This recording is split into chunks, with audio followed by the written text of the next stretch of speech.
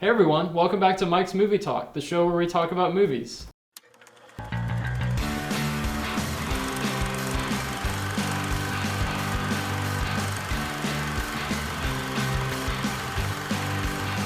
I'm Mike Myers, and I'm here with a very special guest, Nolan Scoretz. And today we're going to be talking about Rango. So just to give some background on Rango, it came out in 2011. It was directed by Gore Verbinski. Yeah, that's right. And it follows a chameleon who winds up in the town of Dirt and works to solve the town's drought issues. So exciting. So I know you're a big fan of this movie. It's my favorite, actually. It is your favorite movie. Tell me a little bit about why it's your absolute favorite. Yeah, so it's just something as a kid, when I first saw it, that it struck me as completely different from everything else I had seen. Mm-hmm. A lot of kids' content is very polished and clean and cutesy, if that makes sense. Yeah. But Rango just presented something completely different to me as a kid, and something that I loved. So I've just grown up kind of watching it probably once a year, honestly. Yeah. I've seen it quite a few times. So yeah, it's one of my favorites. And that's what we're going to get into a little bit about, like how different this movie actually is compared to other animated movies in a lot of different ways. But it's definitely not your average animated movie. Yeah, absolutely. I would say. I just love Rango as a character. Me too. Like right from the get-go, he's so just first off, just fantastic performance by Johnny Depp. Of course, yeah. Hilarious. And Rango himself is just, he wants to be like the grand star of the show and everything, but he has like a huge ego too. He's just like, I'm the best there is, blah blah blah. And he, especially when he presents himself as this just like legendary gunslinger when he walks into town and all that stuff, but that's not really who he is for most of the movie.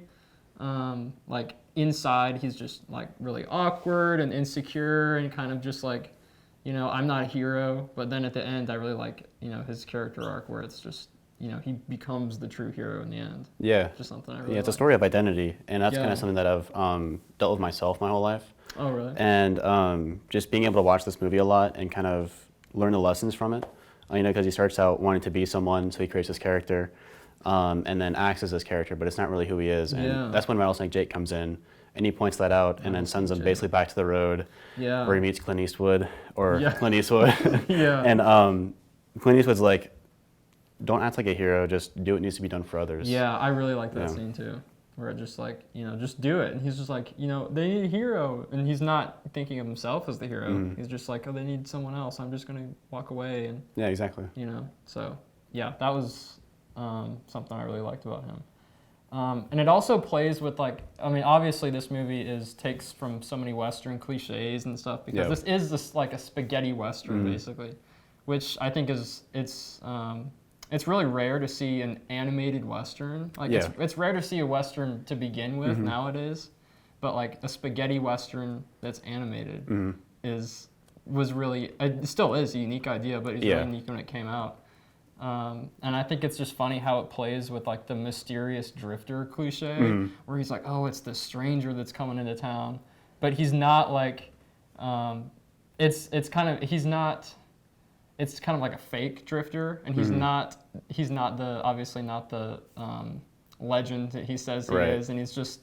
It turns out he's just a pot-bellied chameleon with a Hawaiian shirt. Yeah. I think that was just. The way that they just spun on that was really fun. Well, back when it came out, the animated children's movie scene was very saturated. Yeah. And a lot of it was kind of just the same thing over and over. It was getting pretty old. And a lot of people thought the Westerns had peaked in the 70s and 80s. Yeah. That's why George Lucas made Star Wars and that kind of thing. So it's really, even before that. Like even in the 50s, like all the way through 40s, 50s, and 60s, and Verbinski and the writers of Rango kind of took all these cliches together and mixed them into this big thing where they did a lot of things that were old in both sides, but also tie them together with things that are new. Yeah. I really enjoy it. It's a really interesting take on both genres. It is, yeah. And that's what I was going to talk about too. I have a quote here by Gore Verbinski. So what else? I know he directed the Pirates of the Caribbean movies. What else? Yeah, so he actually acted as the mayor in Rango. Yeah. So he's the voice actor for that character. He directed Pirates of the Caribbean, a few of those movies, acted as the turtle, and also directed the Rango movie. So yeah, and this was his first animated movie too. I believe it was, yeah. Yeah, and I have a quote by him which I found that was really interesting because we were talking about you know, the state of like family animated movies and how this is just goes against the grain. So he said, "We're all sitting here talking about family entertainment. Does animation have to be family entertainment?" And, you know, he's comparing that to like Disney and Pixar films. "I think at that cost, yes. There's the bullseye you have to hit, but when you miss it by a little bit and you do something interesting, the bullseye is going to move. Audiences want something new. They just can't articulate what." I think that was a really cool, like, summing up of the whole idea of the movie because it is so different. Yep. And it generally, a lot of people liked it, you know? So it was just like, and it was kind of a risk too, I think, because visually it looks so different and just like story-wise and themes and stuff, it is different. So it could have flopped, but... Yeah, but doing a story that's this different, but having like an all-star cast and group of people, you have Johnny Depp, Verbinski himself, and also Hans Zimmer doing the soundtrack. Oh, you have like a lot of big actors, so and people working on the production. So having those people on a project like this, that's very different. Like you said, has a lot of risk, but I think they pulled it off like almost perfectly. Oh yeah, in my opinion, at least. Yeah, I think a lot of other people thought that too. Have you ever met anyone that like just hates this movie or is not a fan? I have some people who don't like it. That I know. And I've showed it to them again and talked about it while we were watching, which probably got kind of annoying. But I just love this movie a lot. I understand if people don't like it. It's not everyone's cup of tea. But yeah, it's my favorite, so I'll watch that any day of the week. It's just such a unique movie in so many different ways. And I was gonna say, you know, about that quote he said, it's kind of this movie, I was gonna say actually, this movie was the first non-Disney Pixar movie to win the Academy Award for Best Animated Feature after Happy Feet. Which Happy Feet was like 2005, I think. It's 2011. And then the only one that's won after Rango is Into the Spider-Verse. That wasn't big movie. Non-Disney Pixar. And that was another, you know, like we're doing something a little different from the other ones, and it paid off. Yeah, for sure. I did want to talk a little bit about, you know, the cinematography of this movie because it's just so unique looking amongst all the other animated films, like we've said. And so I was researching it, and Roger Deakins was actually the cinematographer for this movie, and he's done a lot of other, you know, high-profile live-action movies. I know he did like 1917. He did Skyfall. I mean, I can't think of a bunch off the top of my head, but he's a really high-profile cinematographer, and some would say like one of the most influential today. And so this was his first animated movie that he did, and I think, you know, just by watching the movie, you can tell he approached it just like his other live-action projects. And I think part of the reason of that is because the movie is so, like, it goes for such a realistic edge, so you can do that, and you can do all the different camera effects like you do in real life and just make it look really cinematic, I guess. I think a lot of that plays out in the canyon chase scene. I mean, you have like these mole people on flying bats with machine guns from World War I. Shooting down at this water jug that the heroes are carrying. And with the Flight of the Valkyries playing in the background, like it's insane. But yeah, like you get all these wide shots and like the action's really easy to follow, but it also is super immersive. These close-ups.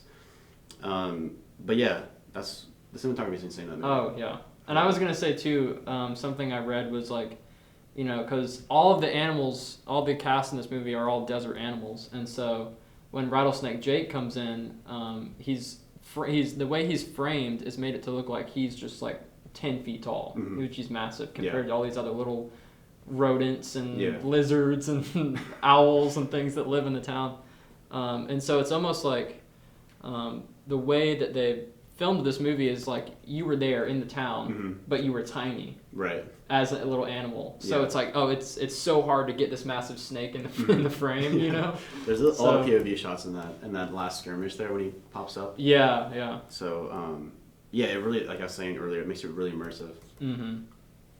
Yeah, I was also gonna say, you know, it's almost like the style of this, and there's a few moments where there's actual people in the movie, and it's almost like a surrealist style. I thought, because if you look at the people in this movie and a bunch of the animals too, it's almost like it's realistic to a degree where it's like almost off-putting. But I think that's what's cool about it is they're not afraid to to go in that direction, not just do like the generic animated person face, you know. Yeah, the animation style, like I was saying earlier, really shocked me as a kid. Yeah, it is a little weird looking. Yeah, all of the children's movies are just super polished and cute and clean. But this one presented what I call the crust levels. Oh yeah. So there's a lot of crust in these characters. Like all of them are asymmetrical. They have like these weird things going on, weird problems. Yeah. One's got an arrow through his eye. All their eyes are asymmetrical and that kind of thing. Some of them have like half an ear. Yeah. So it's just a lot of not what you're used to. And they're all like made in their own proportions that are realistic rather than having all these humanoid animals. Yeah, I was gonna say that too. Like it is almost like realistic animals running around, you know, which I thought was really different. Yeah, and they all have their unique personalities too. So when Rango first enters the town, he sees all these different people when he tries to fit in. Yeah. He walks like that one lizard at the beginning. Yeah, there's like a big grasshopper walking around. And then he sees the spider guy put in the coffin. Oh, there was a spider? Yeah. Oh, that guy. Yeah, he's using like all 8 legs to like build this coffin. Like they all have their own personalities based on their animals and also just their characters themselves, but I think it's really awesome. There was that that guy that came into the saloon that like he burped on and like the fire. Yeah, the lizard. He was like a big like iguana lizard type thing, and you can just, and it's funny because the animals kind of fit into those archetypes. Because you see this like big burly guy coming into the saloon, it's like, oh, let's make him a big, you know, iguana kind of animal.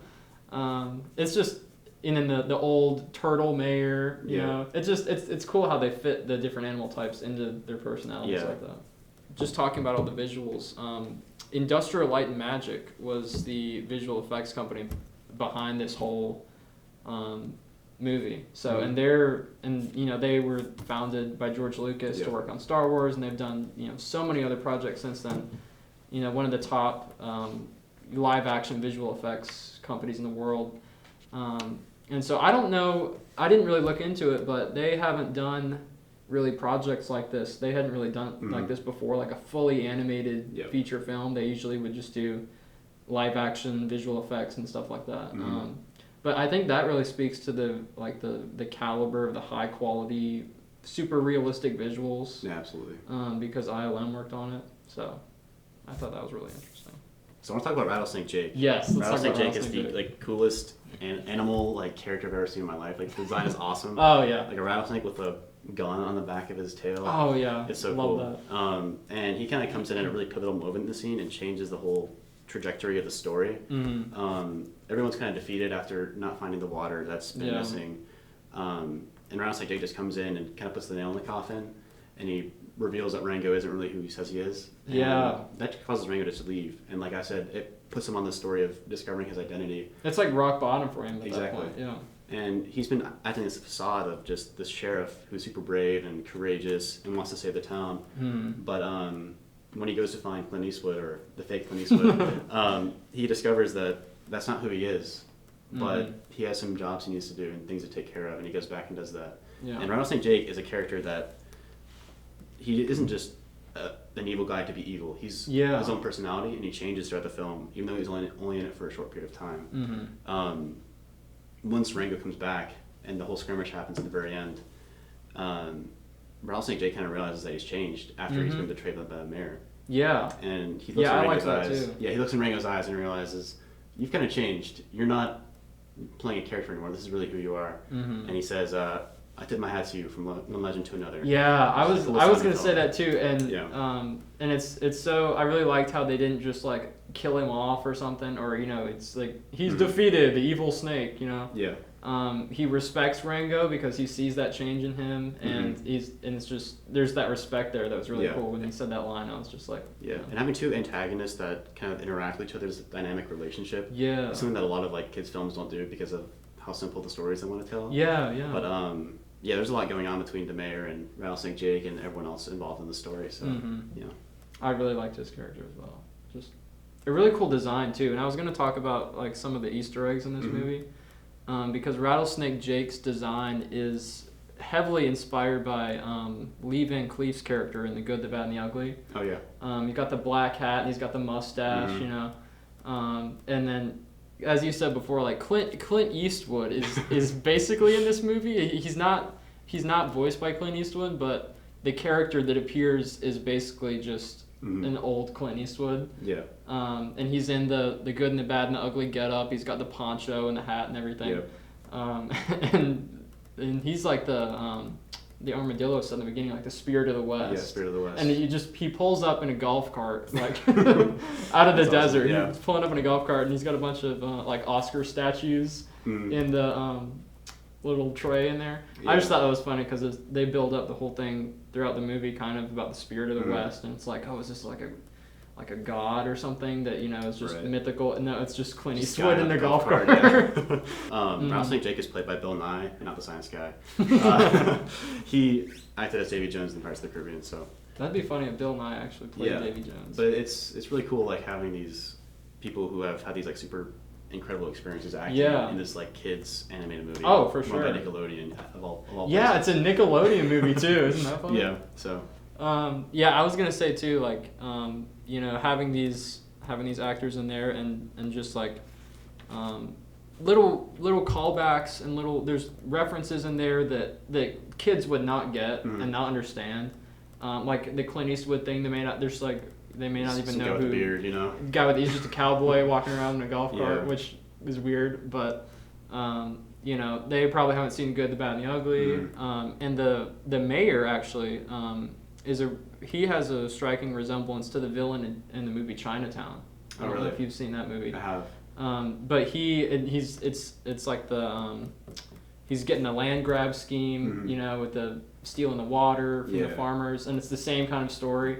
And I'm not sure who voiced the mayor. Oh, was that Gore? It's Verbinski. Yeah. He impersonates the actor that was in Chinatown, like his voice, and the turtle kind of looks like him too. Okay. Yeah, I didn't know so that's another reference that not even. I mean, everybody would not get, especially not little kids. Yeah, but just little things they throw in there that, there's obviously lots of elements of Westerns. There's elements of noir in there. There's elements of, there was also an Easter egg of Fear and Loathing in Las Vegas, which is a movie I haven't seen. I haven't seen that either. But Johnny Depp was in there, and he had a cameo in Rango. He voiced like his character in Fear and Loathing in Las Vegas, and they animated the characters from that movie in this. That's when cool. Rango's like, it was in the very beginning when he's flying around all the cars, and then like he lands on the antenna, and then those are the two characters in Fear and Loathing in Las Vegas. Yeah. So that's an even more obscure thing, right? Which I don't know. I mean, I had never heard of that movie, before a few years ago, but that's just because I'm film buff. Yeah. But that's not like Fear and Loathing in Las Vegas is not a movie that everyone knows. So just little things like that, just like, oh, that's a funny looking guy, but just stuff that they put in there that they didn't have to. Yeah, that's what I love about this movie. Like every time I watch it, there's something new I notice that I didn't notice before, or things I'm reminded of. So it's a treasure for me, honestly. I keep picking things out every time I watch it. So. And I think too, like just thinking about like, because it's an animated movie, and this is true for other movies as well, but like because animated, they can really just put whatever they want in there. So everything is really intentional. Right. So every little, like the Fear and Loathing in Las Vegas characters, they're like, oh, let's put those characters in there. Let's do this, and let's make the design of this character like this, and have these little tiny details, and that's just really cool to me to pick out all those little things that people wouldn't normally necessarily see or appreciate. But yeah, absolutely. It just brings like it makes me appreciate the movie a lot more. All right, so what the big takeaway of this movie? I know you love this movie, and I've also grown to love this movie because the first time I saw it, I was like, oh, that's pretty good. It's a little different. Yeah. But then I watched it again yesterday, actually. I was like, man, I really like this movie. It's good. Very unique and everything. So, do you think it's an underrated movie? Oh, absolutely. Yeah. I mean, a lot of people have been coming out and rewatching it again. And there's some YouTube videos and video essays coming out about how it's an underrated masterpiece. Yeah. But yeah, it's just a movie that I've always loved. I think more people come to realize that just as people are getting more into film and people are expressing their opinions online. So yeah, I think it's definitely underrated. I feel like it's kind of overlooked too, because it's not like, it's because it's a Nickelodeon movie too. It's not roped in with all the Pixar movies. What's the best Pixar movie? And stuff like that. And it's kind of just like, it's a one-off thing. It's not part of. There's not Rango 2 or Rango 3, and I don't think there. I don't want there to be. There definitely does not need to be. Yeah, when you think of Johnny Depp, you don't think of Rango. You think of like Pirates of the Caribbean. Oh yeah, thing, so. Yeah. Yeah. I feel like it's definitely overlooked. Yeah, if you have not seen Rango, which you should, if you're watching this episode, you just got a lot of things spoiled for you. But if you have not seen Rango, it's definitely worth a watch, especially if you're looking for something different and you're tired of all the mindless animated Minions movies and stuff like that that's coming out these days. Zootopia, that kind of stuff. Yeah, Zootopia. What else? Like Boss Baby. Like this is like the what's the word for it? Like not alternative, but like it's coffee versus tea. Yeah. Yeah, Rango's the coffee. Yeah. Tea's the kids' movies. Yeah. But yeah, it's a great story. It's a comedy, but it's got some serious, great storytelling and really good ideals being put out there and that sort of thing. So yeah, I think it's a great piece of art. Mm-hmm. It is a piece of art. I mean, exactly. So thank you guys so much for watching. I love talking about Rango with you, Nolan. It's been so much fun. Yeah. And keep an eye out for the next episode, and we'll see you guys later.